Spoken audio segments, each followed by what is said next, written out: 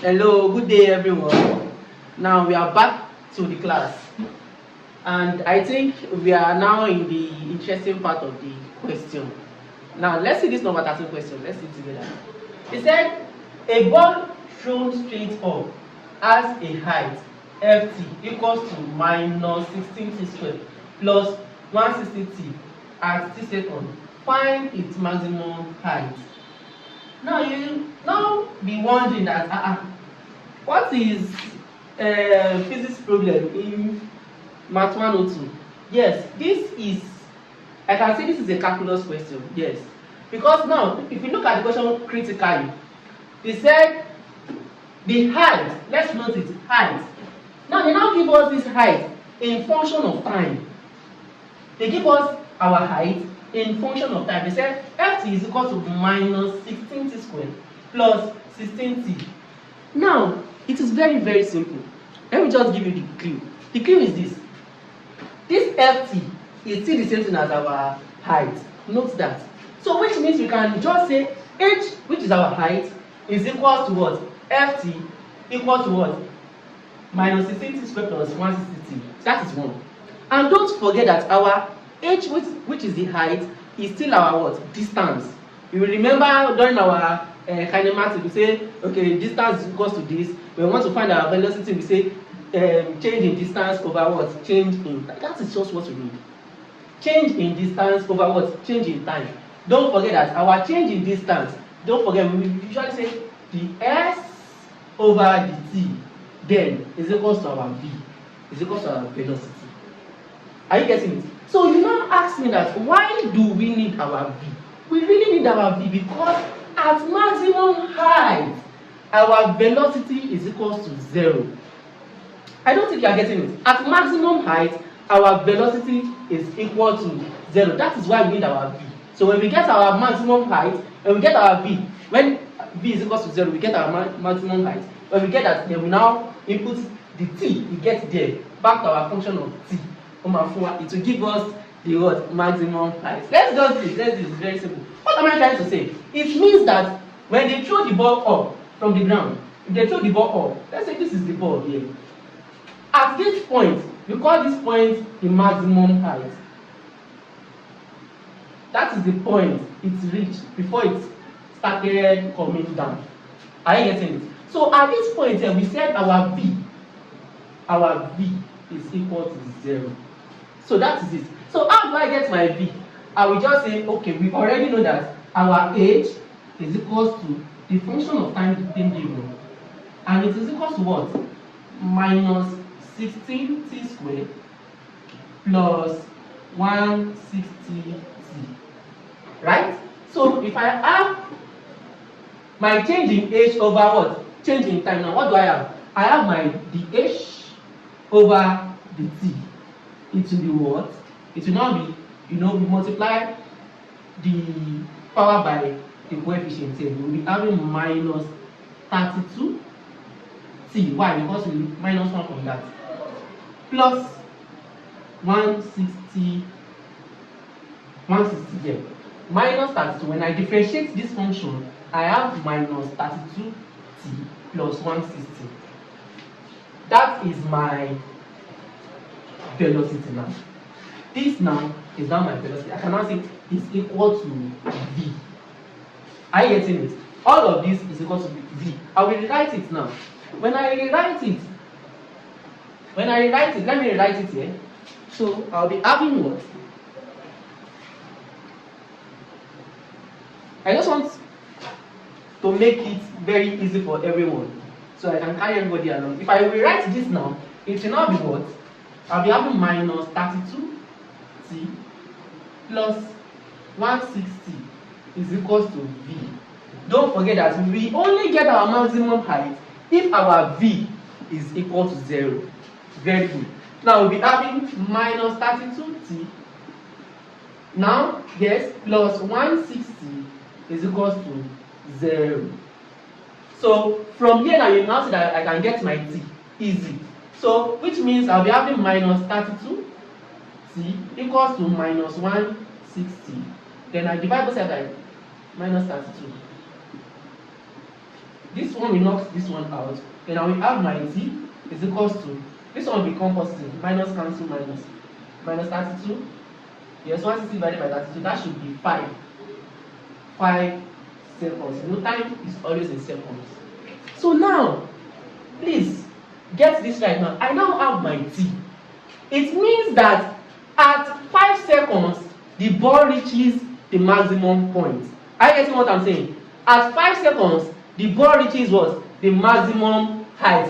Which means that if I should replace this t in our function, don't forget that we call this function h, which is the distance.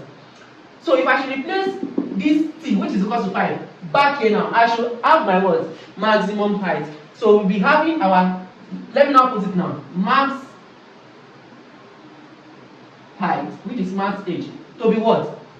Minus 16 t squared plus 160 t, which means at t equals to 5, what is our maximum height? Our maximum height is now, yes, maximum height is now equals to what? Minus 16 5 squared plus what? 160 into bracket 5 minus 16 5, which is our t, 5 squared plus what? 160 times 5. So our max height will be what? Minus 16 times 25. Minus 16 times 25. What is that? So I have minus 400 plus 160 times 5. I have 800. So our max height is now 800 minus 400. That is 400 meters. It's as simple as that. So this is our answer for number 13 question. Our max height is 400 meters. It's as simple as that. So thank you very much. Let's move on to the next question very fast. So this is our number 14 question. They say a stone thrown above the ground attained a height of what? 100 plus 24t minus 8t after t seconds. Find its acceleration at t seconds. Okay.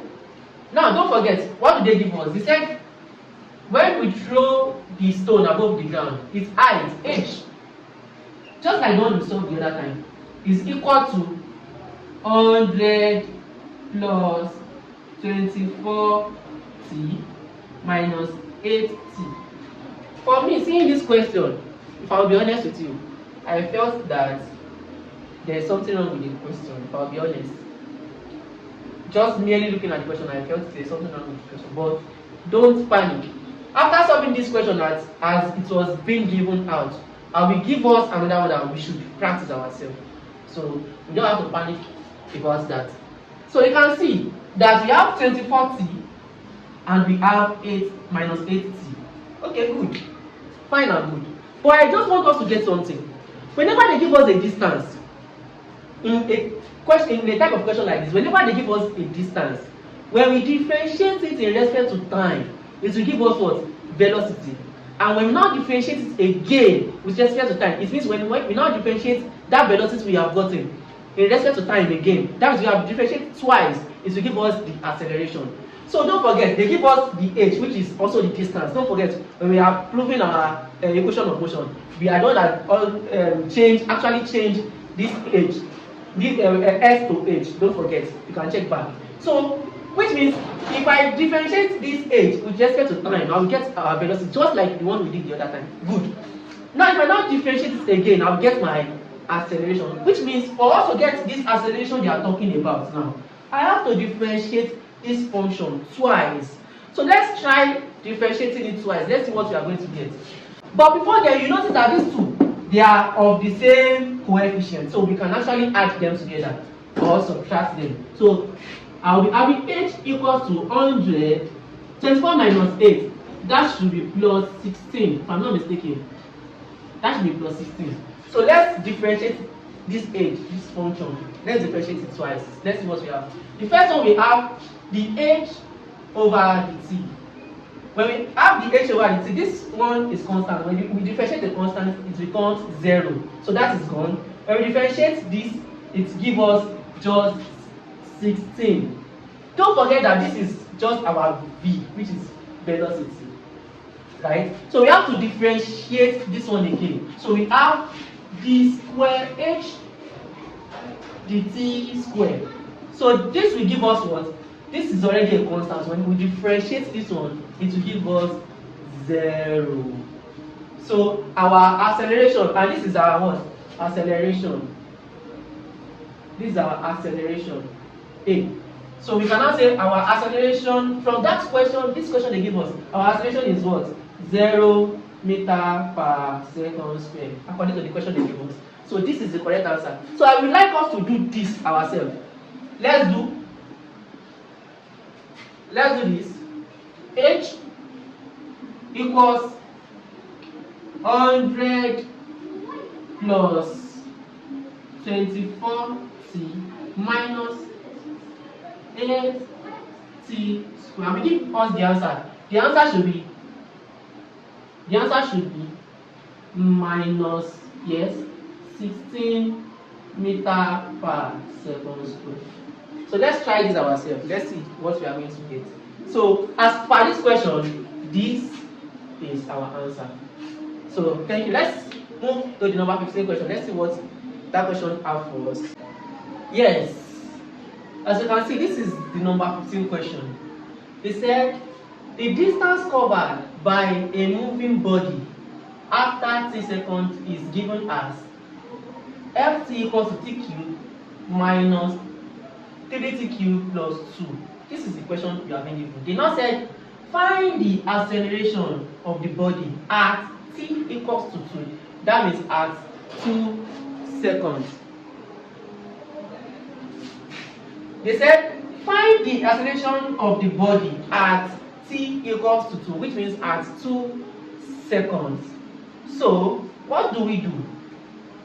Don't forget I've told you that whenever they are giving us a distance, don't forget that this function is still the same as our distance. We can rewrite it as d now, which is the distance, or we can just say s. Let's use let's use s.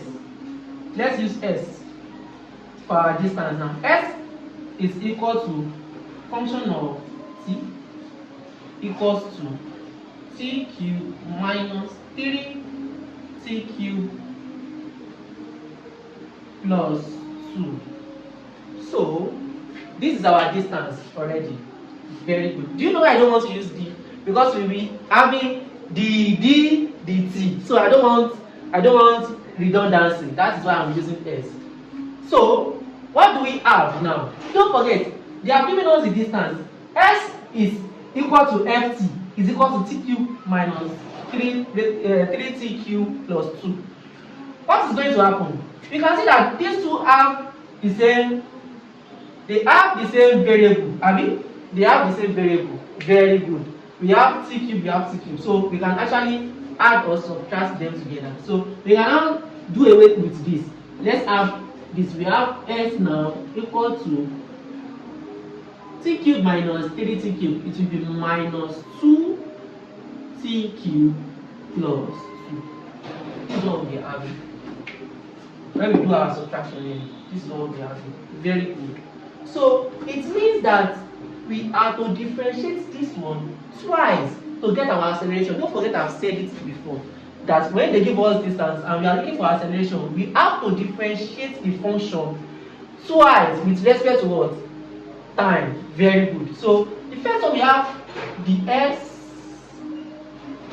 the t, which means I have different. Once I differentiate this, what do I have? I have this multiplied by the coefficients. I'm having minus 3 times 2 6 6t. 3 minus 1 we have 2. When we differentiate a constant, it becomes 0, so we don't need it. So don't forget that this is our velocity. So when I now differentiate this one again, I will have my acceleration. So I'm having d square s dt square, which is now what? 2 times minus it will give us minus 12. 2 minus 1 is just t. Very good. So we have this as our acceleration A. So what did they say we should look for? Find the acceleration. We have gotten the acceleration. At what? At t is equals to when t is equals to 2. So at 2 seconds we have our A. At t equals to 2 will be what? Now, don't forget that this is equals to this and it's equals to this. Is now equals to minus 12. T is equals to 2, so we have 2. So our acceleration is just negative of 24. That is for the question. So it is not just minus 24, but it is minus 24 meter per second squared. So this is our answer for that question. This is our answer for that question. So we can actually do this one ourselves. Let's just rewrite this function. So we try that ourselves. So we have f t equals to what?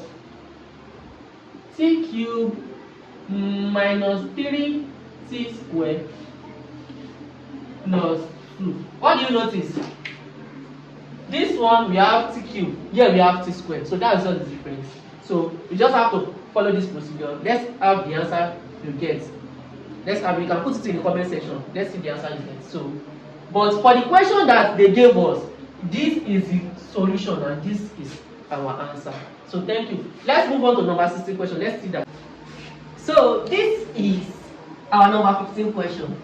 We have find two possible positive numbers whose product is 36 and whose sum could be made relatively small. I bet you this is one of the most simple questions they have, and it is one of the most technical questions. We all know the answer. Yes, that answer you are thinking about is correct. Yes, you are right. But there is a particular statement here that makes it a little bit technical. Let's see. And whose sum could be made relatively small. Now, the question is this: what are the factors of 36? Yes, what are the factors of 36? We can have 1, 36. We can have 2, 18. We can have 3, 12. We can have 4,9. 4,9. And we can have 5 will not be there. 6, yes. 6,6. 7 will not be there. 8.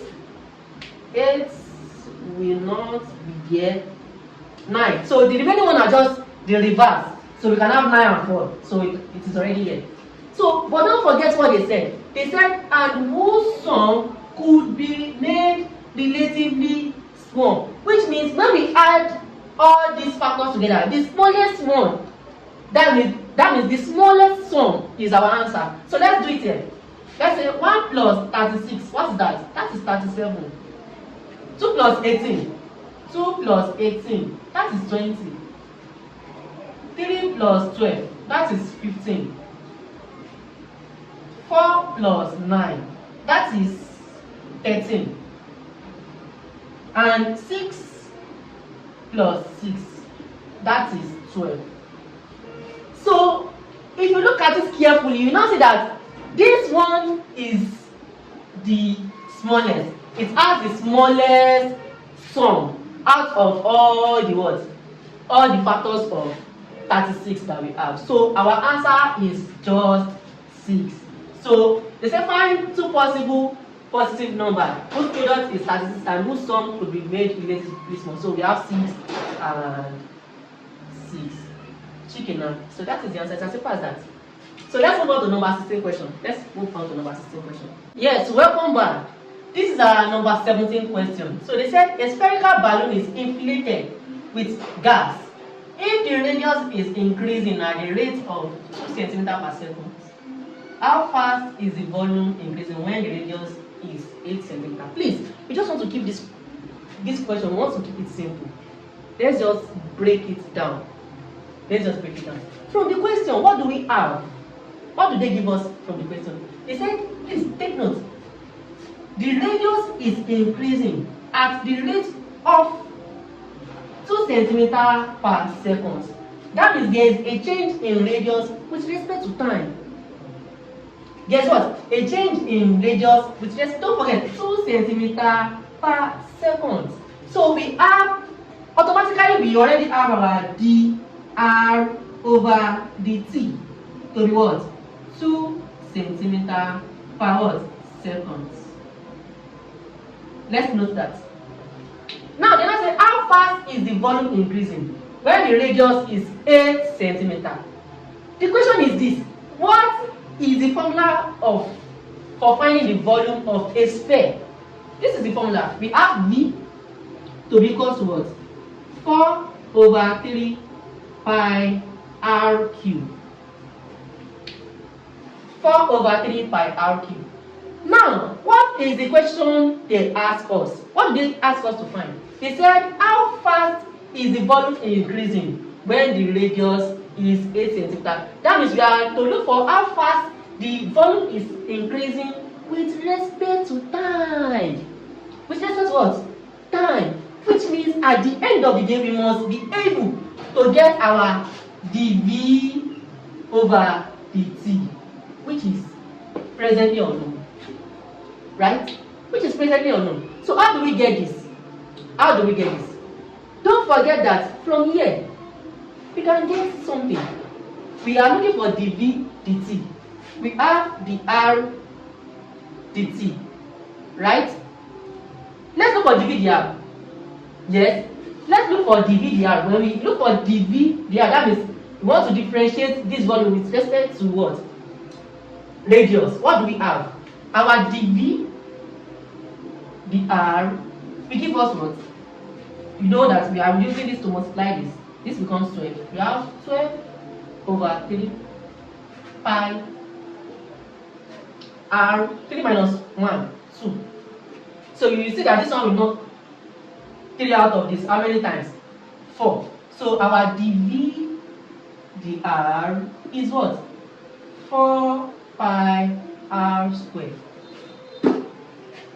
So what are the parameters we have? We have dv dr, we have the r dt, and we are looking for what? dv dt. Don't forget that when we are applying our chain rule, what do we have? When we apply chain rule, what do we have? We can have dv dt, dv over dt to be equal to what? To be equal to what? Yes, to be equal to what? dv dr times dr over dt. If you look closely at it, you will notice that this once this r cancel this, once this dr cancel out this dr, we have our dv dt, which we are looking for, which the question is asking us to find. So what do we do now? What do we do?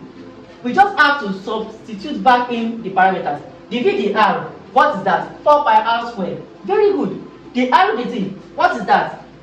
2 centimeter per second. That is 2 centimeter per second. So when we substitute that back, what do we have? Let's bring this one back here, please. Let's bring it back. So it means, let's just manage the board, please. It means we'll be adding our dv dt now to be equal to dv dr is what? 4 pi r squared times the r dt is what? 2. The r dt, yes, don't forget, we wrote it here. The r dt is equal to 2 centimeter per second. So we just need the 2 now, for now. So we'll be having what? 2, yes. So when we multiply the 2 together, what do we have? We have our dv dt to be equal to what? 8 pi r squared. They say increasing when the radius is what? 8 centimeters. So we just have to put 8 in our r. So what do we have? Let's manage the board, please. We'll be having 8 into bracket, r is 8. 8 squared, because we have r squared, times pi. So this will give us 8 into bracket, 8 raised to power 2. That is 64 pi. So when we multiply 8 times 64, what do we have? 8 times 64. We have 8 times 64. 8 times 64. We have 512 pi. We have 5, 1, 2, 5. So what is our unit? Don't forget it is volume. That is, it will be centimeter cube. Centimeter cube. Divinity, per seconds. Almost 100. Because we are looking for how fast the volume is increasing when the radius is 8. The volume is increasing with respect to what? With respect to time. It's as simple as that. So that is our answer. That is our answer. 5125 centimeter cube per second. It's as simple as that. So our answer is 5125 centimeter cube per second. Now this is the number 18 question. They said find the moment of inertia of the origin 0, 0 of a system with the masses at the given point. We have the mass to be what? 5, 4, 2, 9. At which point? -2, -4, 8, and 1. So what is this telling us? We already know. I'll just draw a simple diagram now so we can have the glimpse of what they are talking about. They said we have all of this. Don't forget that this point, we call them abyssal. So this is the x point and this is the y axis. We can say this is the x axis and this is the y axis. So we don't have any value for y axis, but we have values for x axis, which is what? -2, -4, 8, and 1. So let's say we have a line like this now, and we have our origin here. We can just arbitrarily say that we have -2 here, -4, and we have, you will not write 8 first because 1 comes before 8. We have 1 and we have 8 here. And on this point we have masses of what? We have masses of, here we have masses of what? 5 kilograms. Here we have mass of what? Mass of 4 kilograms. At 8 we have mass of 2 kilograms. And at 1 we have mass of 9 kilograms. So when we are looking for moment of inertia, we have the formula for getting it. We have the formula. So which makes it even easier for us to solve. So what do we do? Now I can now tell you that all this mass, we can call them a big M. Big M, which will give us 4 plus 5 plus 9 plus 2. 9, 18, 20. We have the total mass to be what? 20 kilograms. Just kilogram. So for us to get our moment of inertia, we can say I is equal to what? I equals to mr squared.